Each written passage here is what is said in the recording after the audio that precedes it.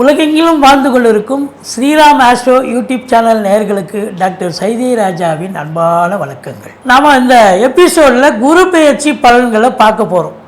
இந்த உலகமே ரொம்ப சந்தோஷமாக எதிர்பார்த்து காத்துட்டு இருக்காங்க. ஏன்னா சனி பெயர்ச்சின்னா சில பேருக்கு பயம் வந்துடுது. ஆனால் குரு பெயர்ச்சின்னா கண்டிப்பாக ரொம்ப சந்தோஷம் அடைகிறாங்க. ஐயா, எனக்கு குரு எந்த ராசிக்கு எங்கே வராரு, நல்லது செய்வாரா, எங்கள் பொண்ணுக்கு திருமணம் ஆகுமா அப்படிங்கிற கேள்வியெல்லாம் சந்தோஷமாக கேட்குறத பார்க்கும்பொழுது குரு பெயர்ச்சி பரவலாகவே மக்களிடையே ஒரு சந்தோஷத்தையும் ஒரு நல்ல எண்ணத்தையும் ஏற்படுத்துகிறது அப்படின்னு சொல்லலாம். குரு பகவான் வாக்கியப்படி பார்த்தீங்கன்னு சொன்னால் 11/5/2025 குரு பெயர்ச்சி நடக்க இருக்கிறது. இந்த குருவானவர் ரிஷப ராசியில் இருந்து மிதுன ராசிக்கு பிரவேசம் ஆகிறார். இப்போது திருக்கணிதப்படி பார்த்தீங்கன்னு சொன்னால் 14/5/2025 இந்த ரிஷபத்திலிருந்து மிதுனத்துக்கு சஞ்சாரம் செஞ்சு பலனை தருகிறார். இந்த 12 ராசிகளுக்கும் இந்த குரு பெயர்ச்சி எப்பேற்பட்ட பலனை வழங்கப் போகிறது அப்படின்னு பார்க்கலாம் வாங்க. குரு பொறுத்தவரையும் இருக்கிற கிரகங்கள்லேயே மிகுந்த சுபகிரகம் குரு தான்.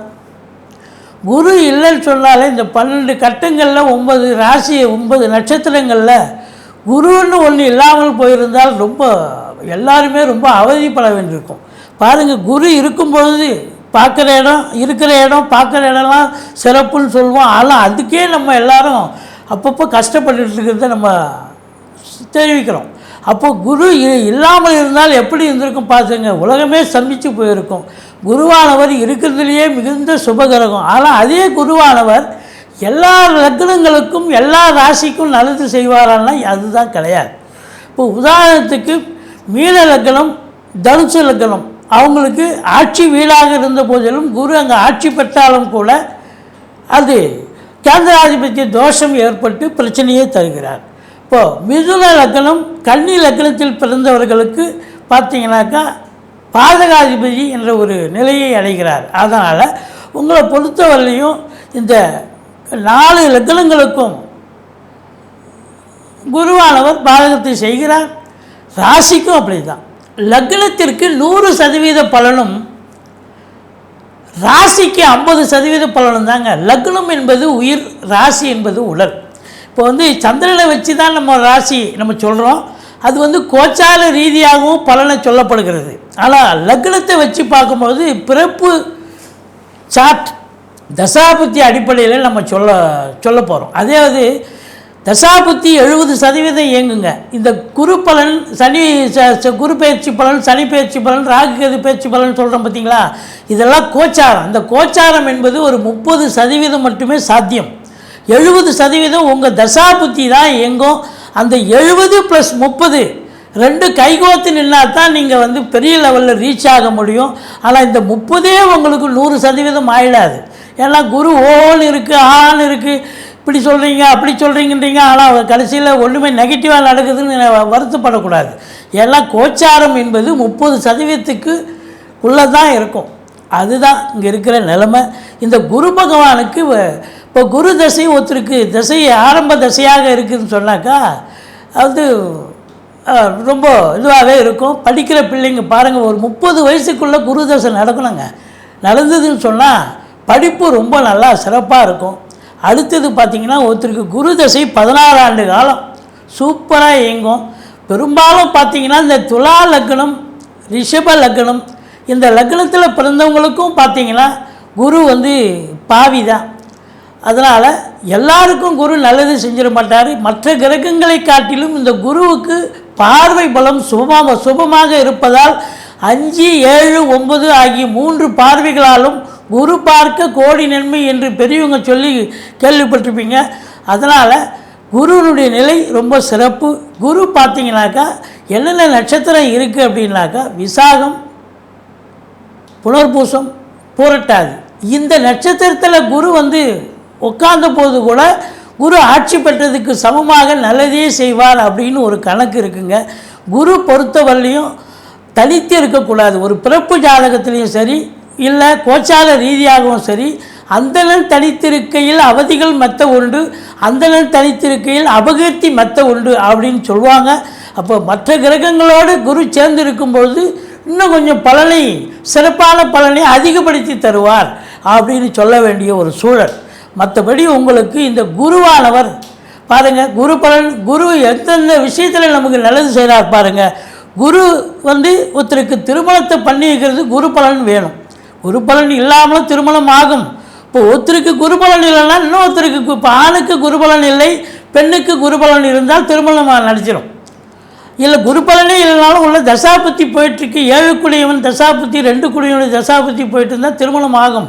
இப்போ குரு திருமணத்துக்கு முக்கிய பங்கு வகிக்கிறார், குழந்தை பாக்கியத்துக்கு முக்கிய பங்கு வகிக்கிறார்.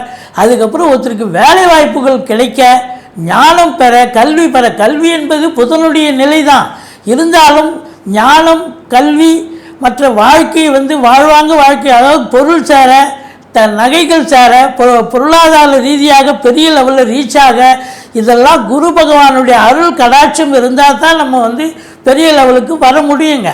குரு பொறுத்த வரலையும் இப்போ குருவுக்கு நிறைய பேர் இருக்குது. அதாவது வியாழன்னு சொல்லுவாங்க, அந்தணன் சொல்லுவாங்க, குரு, பொன்னன், இப்படி நிறைய பெயர்கள் இருக்குது. குருவை வச்சு பார்க்கும் பொழுது ஒருத்தருக்கு நல்ல சுப பலனை, எந்த ஒரு கெட்ட கிரகமாக இருந்தாலும் அசுப கிரகமாக இருந்தாலும் அதனுடைய தசாபுத்தி நடக்குது அப்படின்னு சொன்னால், குரு சேர்ந்து இருந்தாலோ குரு பார்த்துருந்தாலோ அந்த தீய பலன்கள் மட்டுப்படுத்தி நல்ல பலன்களை நடத்துவதற்கான வழிவகை செய்வார் இந்த குரு பகவான்.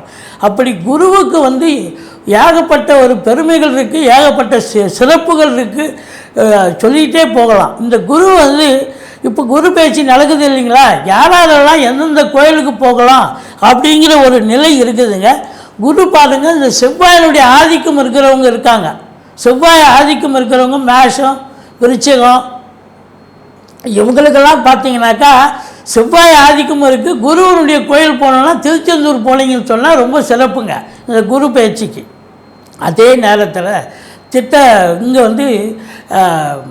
என்ன ஊர் அப்படின்னாக்கா, அந்த அரக்கோணம் அரக்கோணத்தில் இருந்து பார்த்தீங்கன்னாக்கா கோவிந்தவாடின்னு ஒரு ஊர், ரைட் சைடில் போனீங்கன்னா ஒரு குரு கோயில் இருக்குது. இந்த ஏரியாவில் இருக்கிறவங்களுக்கு இவங்களுக்கு சௌகரியம். பாடியில் திருவள்ளிதாயம்னு ஒரு கோயில் இருக்குது, அந்த கோயிலுக்கு போகலாம். அங்கே திருவள்ளீஸ்வரர் கோயில் அப்படின்னு சொல்கிற இதுவாக இருக்கார் அவர் பாடியில், அந்த கோயிலுக்கு போகலாம். மற்றபடி பார்த்திங்கன்னா திட்டை அப்படிங்கிற ஒரு இடத்துலையும் கோயில் இருக்குது. அந்த இப்படி நீங்கள் உங்கள் அருகாமல் இருக்கிற ஒரு குரு கோயிலுக்கு போயிட்டு வாங்க. இந்த குரு பயிற்சி உங்களுக்கு சாதகமாக அமையும். வாங்க ஒவ்வொரு ராசியாக பார்க்கலாம் வாங்க. கும்பராசி, கும்ப லக்னத்தில் பிறந்தவர்களுக்கு வணக்கம். இந்த கும்பராசியில் என்னென்ன நட்சத்திரங்கள் இருக்குது அப்படின்னு பார்த்தீங்கன்னா, அவிட்டம் 3-4 பாதங்கள், சதயம், பூரட்டாதி 1-2-3 பாதங்கள் உள்ளடக்கியது. இந்த கும்ப லக்னம், கும்ப ராசியில் பிறந்த அன்பர்களுக்கு இந்த குரு பயிற்சி எல்லா வளமும் நலமும் பெற்று இன்புற்றிருக்க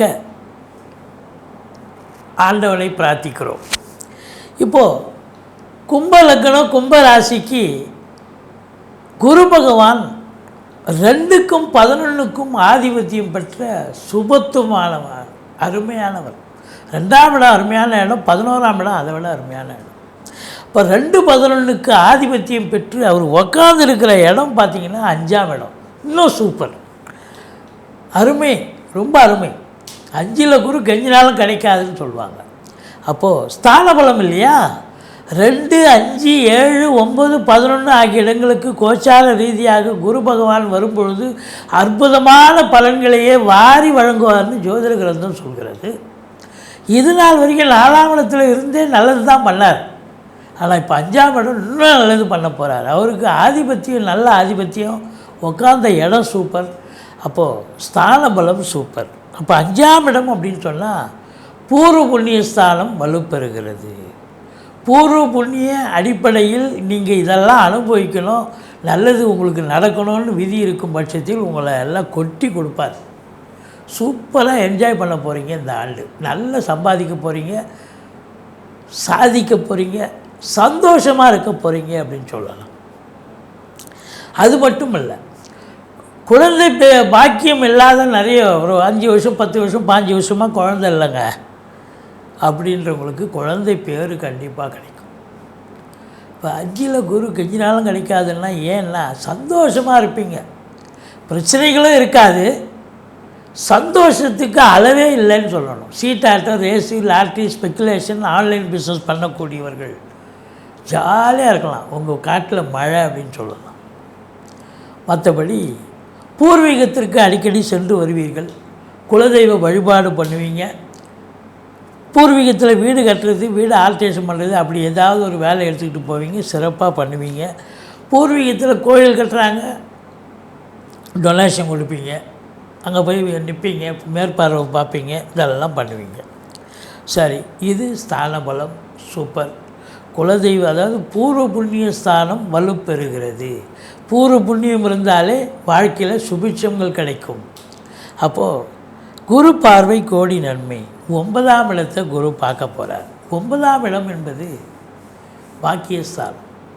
இப்போ 5ஆம் இடத்துல குரு இருந்தாலே 1, 5, 9 1ஆம் இடத்தை குரு பார்க்குறாரா, 9ஆம் இடத்தை குரு பார்க்குறாரு, 5ல் குரு. கேமரா ட்ரைபேடு மாதிரி 1, 5, 9 ட்ரையாங்கல்னு சொல்லக்கூடிய இடம். இந்த 5, 1, 5, 9 சிறப்பாக இருந்தாலே அவன் ஜெயிச்சிட்டாங்கன்னு அர்த்தம். வாழ்க்கையில் பெரிய லெவலில் வந்துடலாம். பாக்கியஸ்தானம் ஈஸிலி டு கெட், எதையும் போராடி ஜெயிக்க தேவையில்ல, அது தானாக நடக்கும்.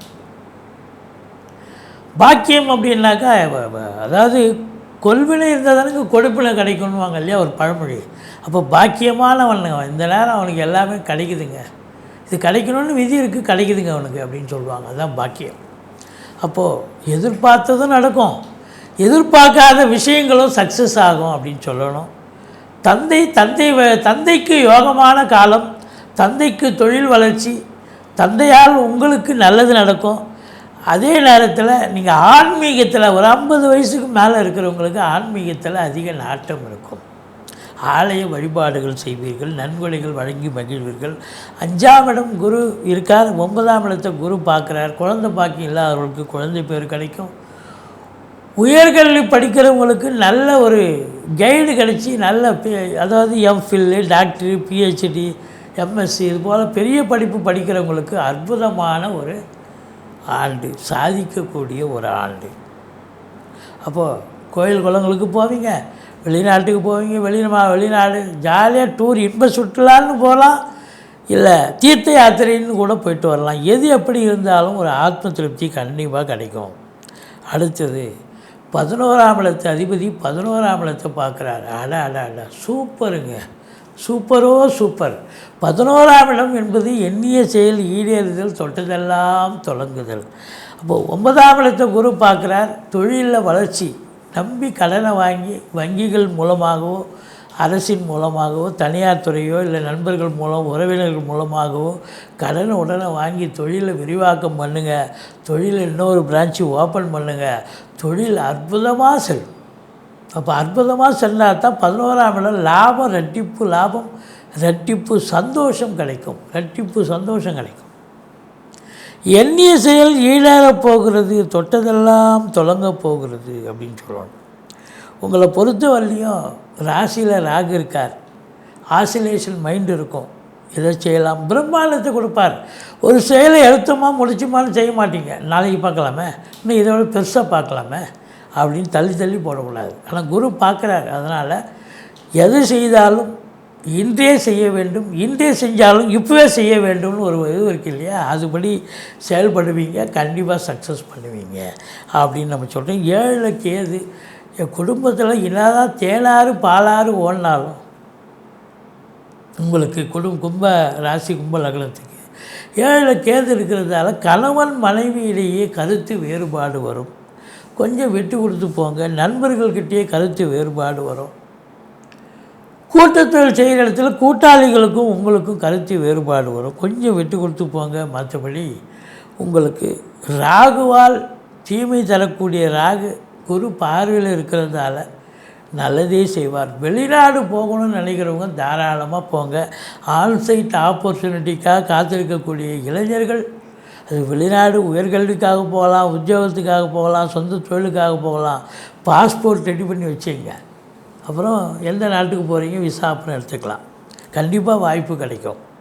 ஸோ வெளிநாடு போவதற்கான அந்நிய பொருளாதாரம் வீடு தேடி வருவதற்கான ஒரு வாய்ப்புகள் நிறைய இருக்குது. இப்போ 2க்கும் 11க்கும் ஆதிபத்தியம் பெற்ற குரு பகவான் 5ஆம் இடத்திலிருந்து 11ஆம் இடத்தை பார்க்கிறார் என்று சொன்னால் அளப்பரிய ஒரு பலனை பார்க்க போகிறீங்க. தொழிலில் மேன்மை, உத்தியோக மேன்மை, பதவி உயர்வு, ஊதிய உயர்வு, சம்பள உயர்வு, இடமாற்றம் எல்லாம் நல்ல இடத்துக்கு ட்ரான்ஸ்ஃபர் வாங்கி போவீங்க. அது அரசு உத்தியோகமாக இருக்கட்டும், தனியார் துறையாகட்டும், இல்லை ரசாயன துறையாகட்டும், நிதித்துறையாகட்டும், நீதித்துறையாகட்டும், யாராக இருந்தாலும் அற்புதமான ஒரு ஆண்டு, சாதிக்கக்கூடிய ஒரு ஆண்டு. இல்லைங்க கதையாக விட்றீங்க, ரீலாக விட்றீங்கன்னு கேட்கலாம். 7 சனி நடக்குது இருக்கட்டும். 7 சனி முதல் சுற்று நடக்கிற 19 வயசுக்குள்ளே இருக்கிறதாங்க பசங்க சரியாக படிக்க மாட்டாங்க, மார்க் ஸ்கோர் பண்ண முடியாது, நினச்ச கோர்ஸில் போய் சேர முடியாது. ஆனால் 19 வயசுக்குள்ளே இருக்கிறவங்களுக்கு அற்புதமான ஒரு சுற்றுங்க இது. 2வது ரவுண்டு நல்லதே செய்யும். வாழ்க்கை இதுதான், பாதை இதுதான், பயணம் இதுதான், நல்லது பண்ணும். அதாவது சங்கடம் தீர்க்கும் சனி பகவானே மங்களம் பொங்க மனம் வைத்தருளா, சச்சரவின்றி சனீஸ்வர தேவை இச்சகம் வாழ்க இன்னருள் தாத்தா. இந்த சுலோகத்தை சொல்லுங்கள். சனிக்கிழமை தோறும் எள்ளெண்ணெய் தீபம் இட்டு வாருங்கள். தலைக்கு வர்றது தலைப்பாயிட போகும். மற்ற கிரகங்கள் உங்களுக்கு சாதகமாக இருக்கின்றன. ராகு சாதகமாக இருக்கார், குரு ரொம்ப ஃபேவரபுளாக இருக்கார், அவரு சாதகமாக இருக்கார். கேது ஒன்று தான் 7 இருக்கார். அதனால் கொஞ்சம் பார்த்து பேசுங்கன்னு சொல்கிறோம். மற்றபடி சனி 2ல் இருந்தாலும் ஓரளவுக்கு குடும்பத்தில் சண்டை சச்சரவு வரும். கொஞ்சம் விட்டு கொடுத்து போனீங்கன்னா ஒன்றும் எந்த குறையும் இல்லை. இந்த 4ஆம் இடத்தை சனி பார்க்குறார். தாய்க்கு தேக ஆரோக்கிய குறைவு ஏற்படும், மருத்துவ செலவு வைக்கும், கொஞ்சம் எச்சரிக்கையாக இருந்துக்குங்க. மற்றபடி வண்டி வாகனங்கள் செலவு வைக்கும். வண்டி வாகனங்களை வச்சு பழப்பு நடத்தக்கூடியவர்களுக்கு சவாரி கிடைக்கிற மாதிரி கிடைக்கும், ஆனால் பாதியில் நின்று போய் பழுதாகக்கூடிய நிலை ஏற்படும். ஏன்னா 4ஆம் இடம் சனி பார்க்குதில்ல, சுகஸ்தானம். சுகமே இல்லாத மாதிரி இருப்பீங்க, எப்போ பாரு பிஸியாக இருக்குங்க, ஒரு தேவைப்படுற இடத்துல ரெஸ்ட் எடுக்க முடியலைங்க அப்படின்னு நினைக்கக்கூடிய ஒரு நிலை இருந்தாலும் 11ஆம் வீட்டை குரு பார்க்குறதால உங்களுக்கு வங்கி கணக்கு உயரப்போகிறது, நல்ல சம்பாத்தியம் இருக்க போகிறது, கோடீஸ்வர யோகம், குபேர சம்பத்து இதெல்லாம் கிடைச்சா நீங்கள் அப்போ அது சுப செலவு பண்ணித்தானே ஆகணும். வீடு வாங்க, மனை வாங்க, தோட்டத்துறவு வாங்க, பிள்ளைகளை உயர்கல்வி படிக்க வைக்க எல்லா சிறப்பு. அதாவது இந்த கும்ப லக்னம், கும்ப ராசியில் பிறந்த பெண்களுக்கு யோகமான ஆண்டு. மாணவர்களுக்கு அதை விட சூப்பராக இருக்கும், நல்லா சாதிப்பீங்க. அதான் ஆராய்ச்சி கல்வியெல்லாம் படிப்பீங்க, உங்களுக்கு கைடு கிடச்சி நல்ல முன்னுக்கு வருவீங்கன்னு நம்ம சொன்னோம். அரசியல்வாதிகள் அப்படின்னு பார்க்கும்போது அவங்களுக்கும் ஒரு ஏற்றமான ஒரு சாதாரண ஒரு நிலையில் இருக்கிறவங்க அங்கே ஜம்ப் ஆகி இன்னொரு போஸ்ட்டுக்கு போகிற அளவுக்கு உங்களுக்கு மேலிடத்தில் செல்வாக்கு உயர்ந்து நல்ல அரசியல்லையும் ஒரு பெரிய லெவலுக்கு வருவீங்க. மற்றபடி இந்த விவசாயம் செய்யக்கூடிய அன்பர்களுக்கும் ஒரு சிறப்பான ஒரு ஆண்டு. கலைஞர்கள் சாதிக்கக்கூடிய ஒரு ஆண்டு. கண்டிப்பாக உங்களுக்கு டெக்னீஷியன் அது என்ன டெக்னீஷியனாக, camera assistant, director, assistant director யாராக இருந்தாலும் சரி, கலைஞர்களுக்கு ஒரு பொற்காலமாகத்தான் இது அமையப்போகிறது. வேலை வாய்ப்புகள் கிடைச்சி சந்தோஷமாக இருக்க போகிறீங்க, சாதிக்க போகிறீங்க. நன்றி, வாழ்க வளமுடன்.